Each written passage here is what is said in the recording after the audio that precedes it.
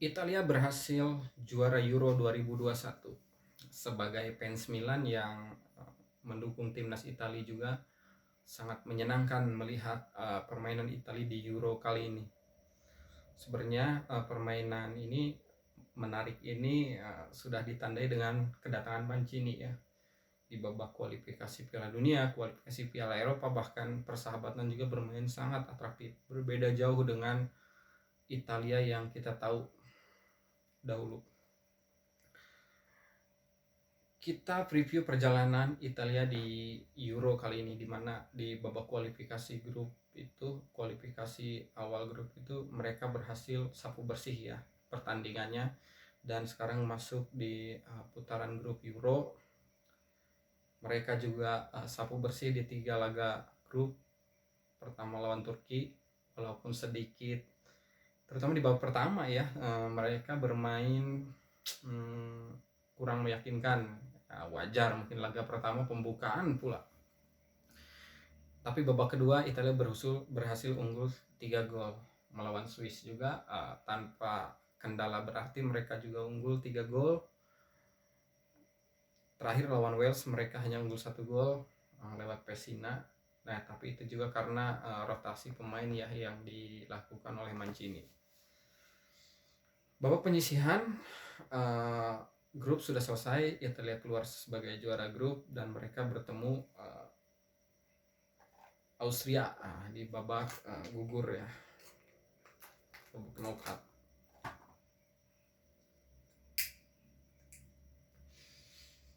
Diprediksi Italia bakal bermain mudah juga melawan Austria, tetapi di luar prediksi ternyata Austria bisa mengimbangi karena mereka bermain sangat fisikal sekali ya, dan harus diakhiri dengan perpanjangan waktu, dan dimana mental mungkin dan pengalaman yang berbicara.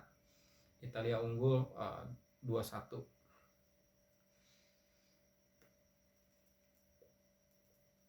Ujian sesungguhnya Italia datang pada saat perempat final. Mereka bertemu negara yang memiliki generasi emas ya, kalau menurut saya generasi emas yang sudah tidak pada usia emas lagi, karena mungkin usia emas para pemain ini mungkin 2 atau 4 tahun ke belakang ya.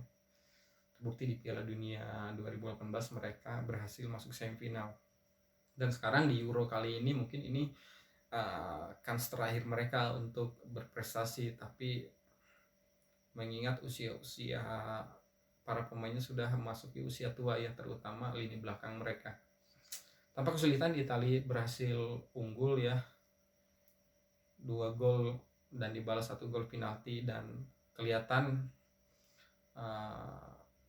mengapa Mancini masih memanggil Bonucci dan Chiellini ini di partai-partai seperti ini. Kelihatan dia Lukaku yang bermain luar biasa di Serie A bisa diredam oleh 2 pemain senior itu.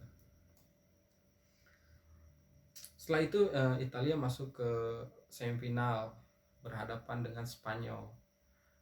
Ini sangat menarik sekali, dimana kita tahu Spanyol itu sudah hatam ya bermain ball possession, menyerang, mendominasi permainan yang Italia lakukan saat ini. Dan kita lihat secara dominasi permainan Italia kalah dari Spanyol. Tetapi mental juga yang berbicara pada saat adu penalti, dan Italia ini memiliki kiper yang sangat luar biasa, Donnarumma. Kita tahu itu didikan dari AC Milan, tim kebanggaan kita. Dan setelah mengalahkan Spanyol lewat adu penalti, Italia bertemu dengan tim tuan rumah Inggris, di mana kita tahu mereka sangat diuntungkan dengan bermain di Wembley, dengan dipenuhi supporter mereka, dengan kondisi percaya diri setelah laga melawan Ukraina, melawan Denmark, dan beberapa media-media mereka sudah seakan-akan mereka sudah juara. Ini yang kita semua tahu, di samping faktor-faktor tuan rumah, bermain bagus, taktikal bagus, pemain bagus. Partai final, satu yang lebih penting itu mental. Perjalanan Italia di final diuji lagi setelah faktor-faktor tadi adalah di kebobolan di menit awal. Dan ini juga sebenarnya yang membuat Inggris bingung ya. Memang plan Inggris ini terlihat seperti mengambil gol cepat di babak pertama dan mereka bertahan mengharapkan Italia menyerang total sehingga mereka dapat counter dan mereka berhasil mencuri gol lagi. Ini terlalu cepat buat Inggris, dan Italia juga untung sudah dewasa menyikapi gol cepat ini karena Italia tidak keluar total menyerang. Jadi Italia masih sama bermain seperti ritme-ritmenya masih ritme sedang, menguasai permainan, melihat peluang, tidak memaksakan. Jadi Inggris juga bingung ya, Italia ditunggu nyerang, nggak nyerang-nyerang banget gitu. Babak pertama masih unggul Inggris, dan babak kedua, nah ini mungkin kejeniusan Mancini ya. Mungkin kita kalau kita pelatihnya ya, posisi tertinggal, mungkin kita akan bukan menarik striker, kita malah menambah striker lagi untuk dan menyerang total. Dan itu yang diharapkan Inggris. Mancini nggak mengambil resiko itu, dia malah menarik satu strikernya diganti oleh Berardi yang dimana kita tahu dia adalah pemain sayap dan dia bermain dengan false nine. Dan satu lagi pergantiannya itu Barella digantikan oleh Cristante ya. Kenapa nggak Locatelli yang dimasukkan? Karena mungkin setelah kita lihat pertandingan itu, Cristante kan punya badan yang agak besar dan tegap, itu bisa mengimbangi para gelandang-gelandang bertahan Inggris yang bermain sangat fisikal. Dan dia juga sesekali masuk ke kotak penalti untuk menyambut umpan-umpan crossing. Bermain dengan false nine, Berardi di kanan, Chiesa di kiri, Insigne di tengah agak mundur sebagai playmaker mungkin. Dan si dua sayap itu Berardi dan Chiesa ini yang di babak pertama nggak ada penetrasi ke kotak penalti, dia melakukan penetrasi dan di mana itu membuat back Inggris kebingungan. Yang di babak pertama mungkin hanya menjaga Immobile, menunggu bola ke Immobile dan mereka antisipasi. Sekarang mereka tidak mengantisipasi penetrasi dua sayap itu, terutama Chiesa yang bermain sangat bagus. Dia berhasil membuat pertahanan Inggris kocar-kacir. Terjadilah gol walaupun dari set piece ya. Tapi kan set piece juga kan itu dihasilkan dari permainan Italia yang sangat menyerang. Gol 1-1 dan itu tidak ada perubahan sampai dengan akhir babak kedua. Tambahan waktu juga sudah nggak jelas permainannya, mungkin sudah staminanya sudah habis dua-duanya karena dua-duanya memainkan semifinal 120 menit. Mungkin ya yang bedanya Inggris ke penalti lawan Denmark, Italia penalti lawan Spanyol. Dan di adu penalti juga membuktikan bagaimana kedewasaan dari kapten dan kedewasaan dan kematangan dari pelatih Italia. Dari kapten di mana Chiellini memenangkan coin toss dan dia berinisiatif mengambil tendangan duluan. Kedewasaan dan kecerdasan Mancini, dia menyusun pemain-pemain yang memang penting untuk penendang pertama dan penendang kelima, walaupun Jorginho gagal ya. Dan faktor terakhir adalah faktor Donnarumma. Wajar dia menjadi pemain terbaik di turnamen ini karena dimulai dari lawan Belgia, beberapa save-nya sangat krusial, lawan Spanyol, dan di final terutama lawan Spanyol ya, udah terlihat ya beberapa statistik menyebutkan 4 penendang Spanyol itu yang tidak bisa dibaca arah tendangannya, hanya tendangan